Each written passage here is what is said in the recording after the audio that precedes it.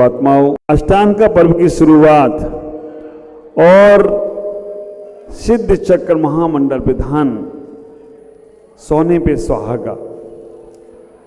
आप विचार करके रखना कि जीवन में मंत्रों में मंत्र अगर कोई है तो नमोकार मंत्र, मंत्रों में मंत्र अगर कोई है तो नमोकार मंत्र, तीर्थों में तीर्थ अगर कोई है तो समेत शिखर, संतों में संत कोई है तो आचार्य शांति सागर महाराज, और विधानों में कोई विधान है तो अगर सिद्ध चक्र विधान हो तो कोई आश्चर्य की बात नहीं। विधानों का राजा माना जाता है इसे।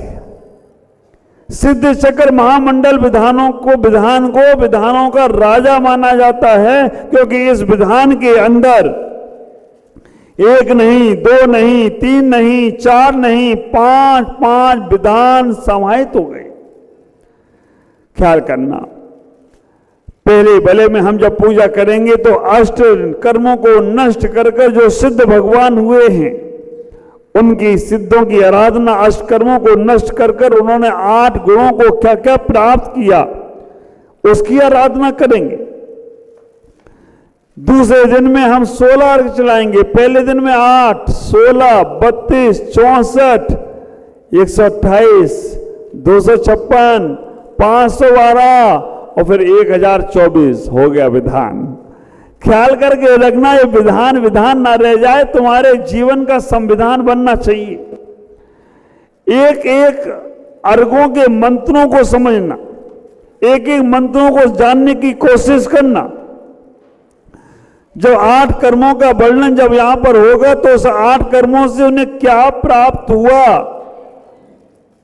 ख्याल करना। जो तुम्हारे पास ज्ञान का गुण है, दर्शन का गुण है, अनंत वीर है, अनंत शक्ति है, वो सब ढका हुआ है, उससे ढके हुए को उबारना है। और जब उनको उबारोगे, जब उनको अंदर से प्रकट करोगे, वे ऊपर से नहीं डाला जाता है। ज्ञान, दर्शन, सुख, वीर आदि ये सब तुम्हारे पास है, तुम्हारी विभूति है, तुम्हारे अंदर ही है। बस इतना ही करना है, जो अंदर है उसे पाना है।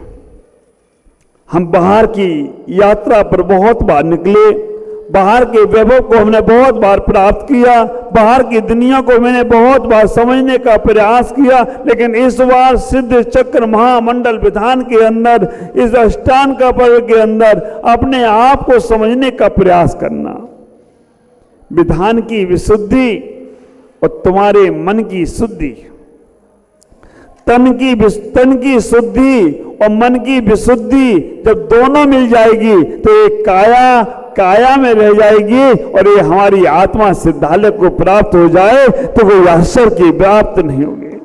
विचार करना, सिद्ध चक्र महामंडल विधान अनादिकाल से चला आ रहा है।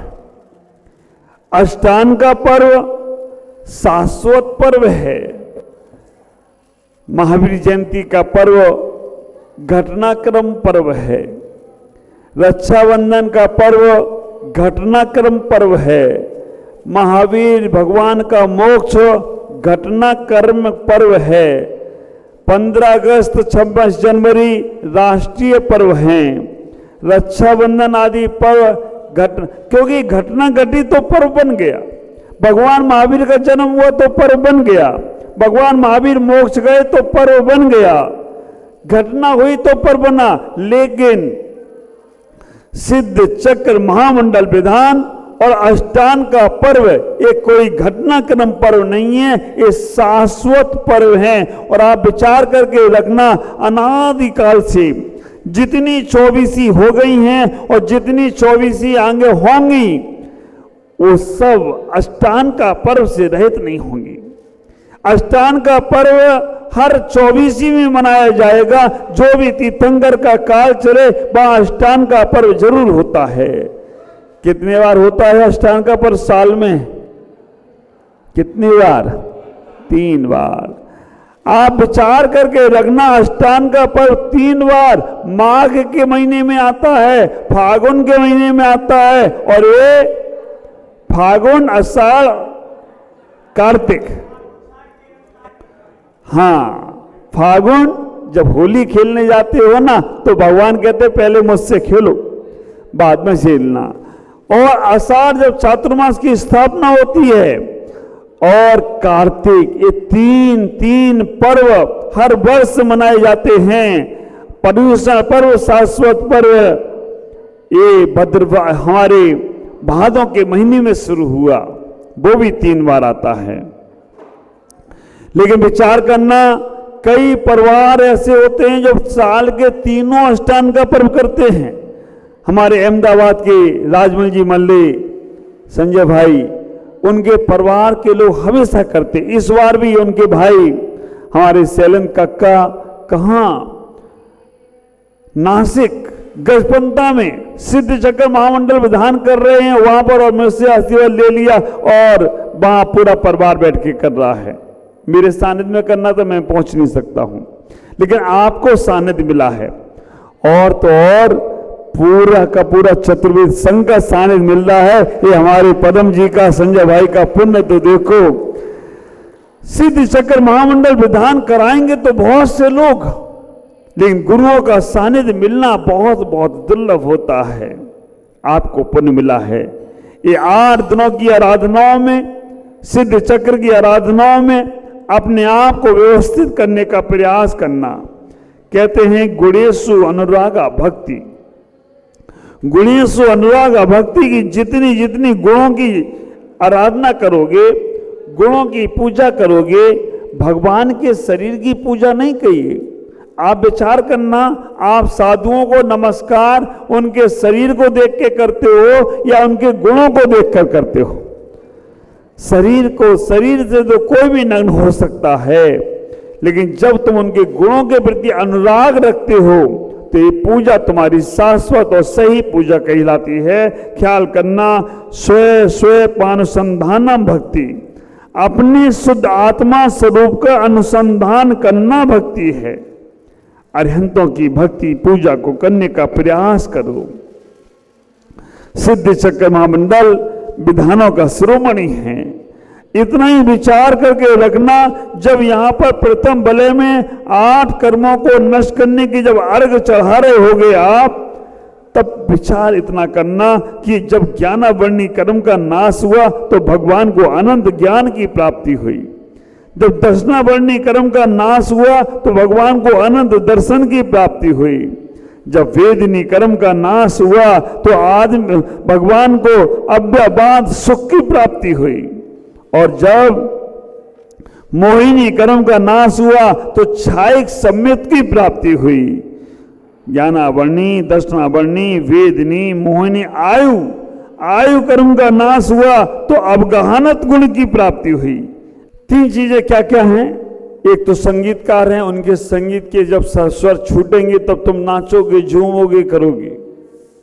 दूसरे नंबर पर संगीत के द्वारा से भजनों का आनंद लोगे। पूजा की पंक्तियों को पढ़ने से पूजा के भावों का आनंद लोगे। और तीसरे नंबर पर मंत्रों को जब पढ़ोगे तो मंत्र का आनंद अलग होगा। हमारे पास भी 3 चीजें हैं, शरीर, मन और आत्मा। ये फाउंडेशन आज ही तैयार कर दे रहा हूं, क्योंकि 8 दिन का वो भवन तुम्हें बनाना है। सिद्धों का शिलान्यास आज ही कर दे रहा हूं। संगीतकार तुम्हारे मन का मनोरंजन कराएगा। अगर संगीत में लगे रहे, संगीत में बैठे रहे, तो संगीत के माध्यम से जो जरूरी वो भी है, बिना संगीत के कोई जीवन में होता नहीं है।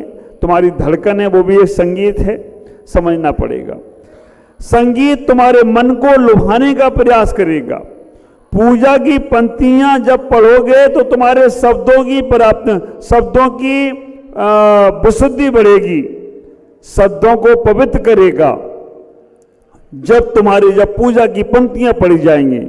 लेकिन मंत्र, जब मंत्रों में जाओगे ना, ओम ह्रीं सूक्ष्मत्व गुण प्राप्त है, तो वो जो मंत्र हैं वो तुम्हारी आत्मा को पवित्र करेंगे। ख्याल करके रखना, संगीत मन को तुम्हारे मनाने का प्रयास करता है, पूजा की पंक्तियां तुम्हारे शब्दों को पवित्र करती हैं, लेकिन मंत्र तुम्हारी आत्मा को पवित्र कर दें तो कोई आश्चर्य की बात नहीं होगी। इतना ही विचार करना। शिल्पी प्रतिमा को बनाता है, शिल्पी प्रतिमा को बनाता है, पंडित जी प्रतिष्ठाचार्य प्रतिमा की पूजा कराते हैं, पूजा पंच अभिषेक कराते हैं, सब कराते हैं, लेकिन प्रतिमा पूज हो गई क्या?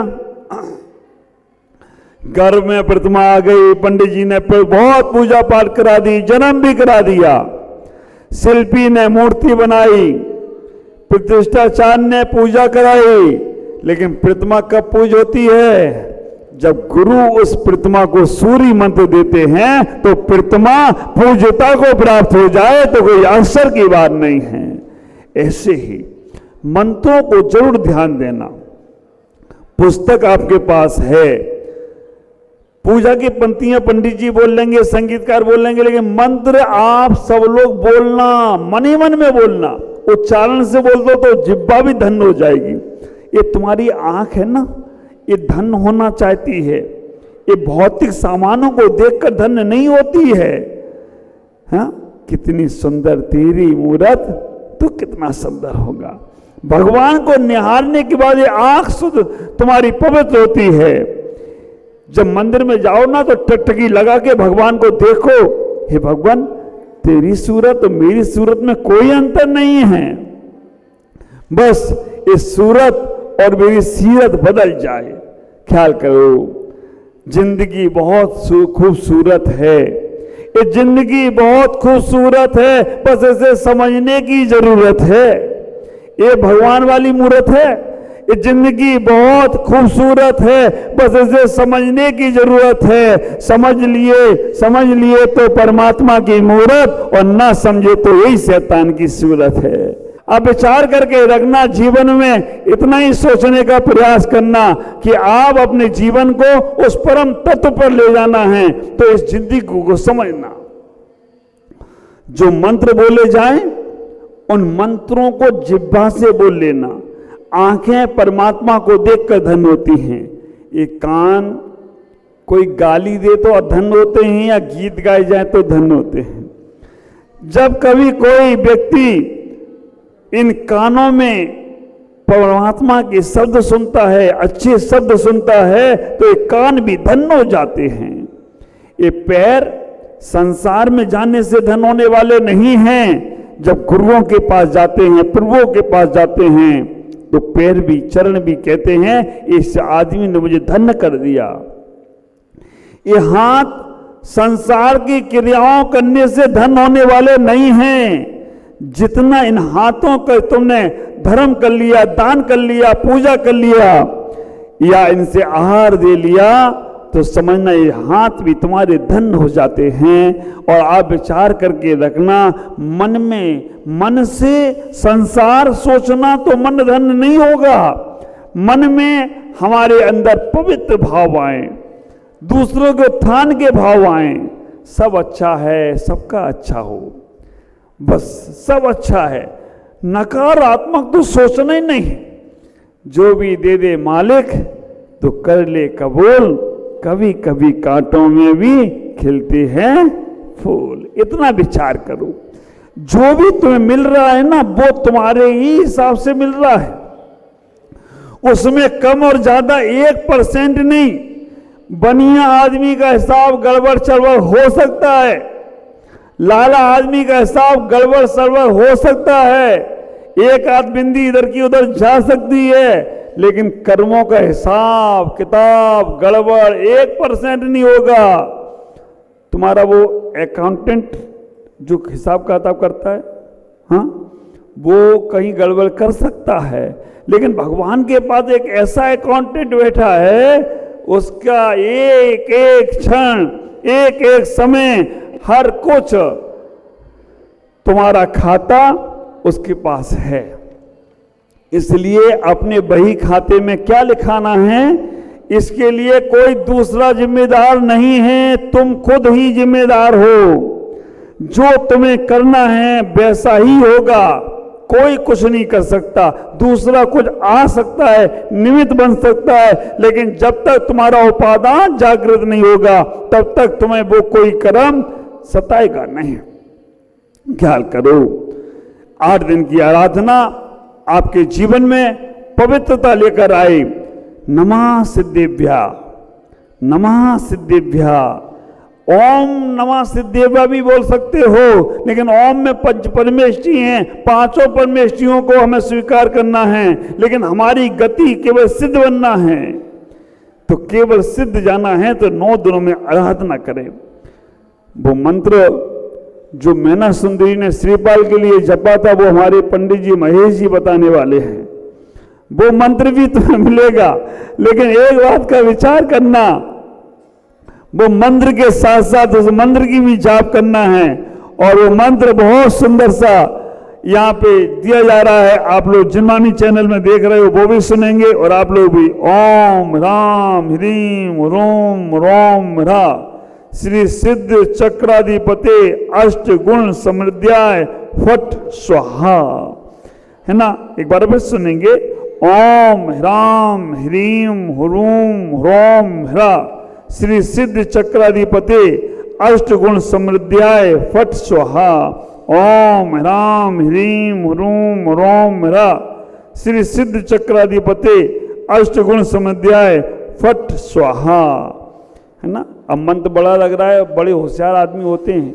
एक व्यक्ति को मंत्र बड़ा लगा तो उसने मेरा आवाज रिकॉर्ड कर ली, बस अब वो लगा दिया, वो जप रहा है, मैं माला मंत्र बोलता हूँ, वो जपता जा रहा है, उसको बोलने की जरूरत ही नहीं है, मेरी आवाज जो कर ली और वो वही बोले जा रहा है। ऐसा भी हो सकता है, लेकिन विचार करना, इस मंत्र की जितनी भी जाप कर सको। कठिन लगे तो छोटा सा मंत्र भी है, ओम ह्रीम अस्या उषा नमा, अरहम लगाएंगे, ओम ह्रीम अरहम अस्या उषा नमा, और इससे भी छोटा नमः सिद्धेभ्या। अगर इतना भी टाइम नहीं मिले तो सिद्धेभ्या कर लेना, और नहीं मिले तो ओम ओम तो जप ही लेना, और नहीं मिले तो फिर मुंह ढक के सोइए, आराम बड़ी चीज है। इससे भी ज्यादा और क्या होगा, लेकिन इसी मंत्र को कम से कम जाप जरूर करें। आज इतना ही कहने का प्रयास करूंगा कि आप अपने जीवन को सिद्धों की आराधनाओं से जोड़ें। मुझे बहुत खुशी है, हमारे पदम जी और संजय भाई और कविता बहन और श्रेयांश, ये देखो युवराज सामने बैठा है। तो विचार करना, ये परिवार ने, मैं सोच रहा था कि अब चातुर्मास के बाद क्या करूंगा, माता जी वो आएंगी तब समय लगेगा, क्या होगा। तो मैं मन में विचार कर रहा था सिद्ध की आराधना हो जाए, तो परिवार ने आकर बोल दिया कि महाराज मेरी तरफ से सिद्धों की आराधना करवा दो। मेरा परिवार वर्षों से दूसरे के विधान में बैठे हैं, एक बार तो दूसरों को अपने विधान कराने में बैठा लें, यही पुनः हमें दिलाने का प्रयास करो। मेरा पूरा पूरा आशीर्वाद है। जो लोग भी यहाँ बैठ रहे हैं, आज समय थोड़ा ज़्यादा जरूर लग रहा है, कल से बिल्कुल सिस्टम से हम सेट कर समय पे पूरा विधान को व्यवस्थित करेंगे। आज 8 कर्मों को नाश कर जो अनंत गुण आदि प्राप्त किए हैं उनकी आराधना करेंगे हम सभी लोग। आज इतना ही, आप सबको मंगल में आशीष। ओम नमः, जय गुरुदेव। आप सबसे इतना ही कहूँगा, तन की भी शुद्धि रखना है, मन की भी शुद्धि रखना है, और कोई कसा भाव नहीं रखना। सामान कम पड़ जाए कोई दिक्कत नहीं, सामान ना आए कोई दिक्कत नहीं, भाव तुम्हारे हैं। सामान तो नकली है, नकली रहेगा, लेकिन भाव असली रखना, जिससे तुम्हारा काम अच्छा होता चला जाए। ओम नमः, जय गुरु।